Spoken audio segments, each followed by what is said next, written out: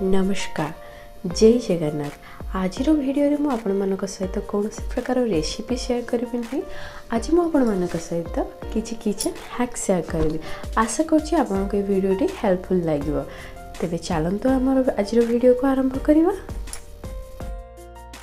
जदि आपण चीनी रे जंदा कि पिंपुड़ी लगी जाऊँगी रखा द्वारा तेज आप ट्रिक निश्चय फॉलो करूँ। कि लवंग को नियंतु से लवंग को आपण चीनी सहित मिसेकी जेकोसी भी कंटेनर रे रखी दिंतु। देखिए आपण चीनी रे केबे भी मध्य जंदा कि पिंपुड़ी जमा भी लगे ना।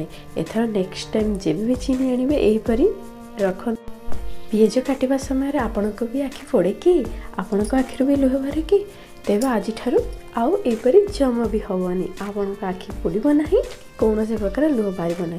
थर ये ट्रिक को निश्चय ट्राए करूँ। पियाज को पनीपरिया काटिबार 2 ରୁ 3 मिनट पूर्वर आप पियाज को यहीपरि भाव में 2 फाड़ कर दिंतु एवं पानी रे यह बुड़े किसी समय पर रखी दिंतु। तापर पियाज काटतु। देखिए आपण आखि पोड़ोनी कि आपण आखिर लुह भी बाहर।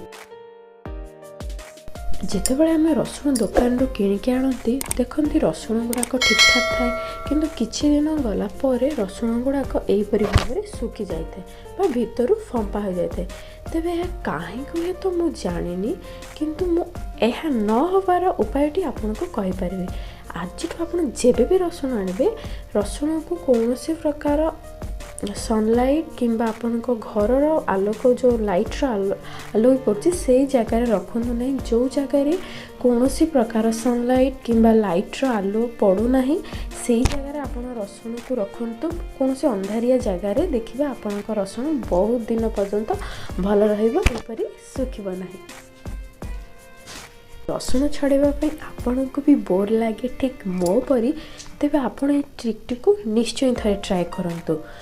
जदि आपण घरे कौन प्रकार फंक्शन बा छोट मोट भोजी होची तेबे आमको बहुत सारा रसुण छड़ाइबा को पड़ी थाए कि नॉर्मल डे रे मध्ये आमको बहुत सारा रसुण आमे छड़ाई थाउ।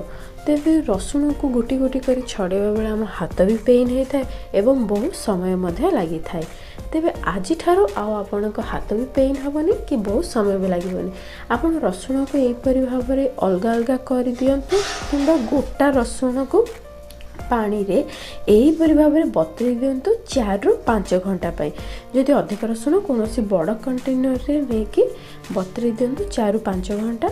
देखिए 4 ରୁ 5 घंटा बतुरी जावा पर रसुण बहुत तार चोपा गुड़ाक फुली जावाक लगे। आपन को छड़ाइबारे कौन असुविधा हम ना। आपन बहुत ही इजी वे रे रसुण को छड़ाई नेबे। तेबे आगो को आप जेबी भी रसुण छड़ेबे आपन थर ये ट्रिक को निश्चय ट्राए करंतु। आशा करछि आपन को भिडियोटी मोर हेल्पफुल लगी थिबो।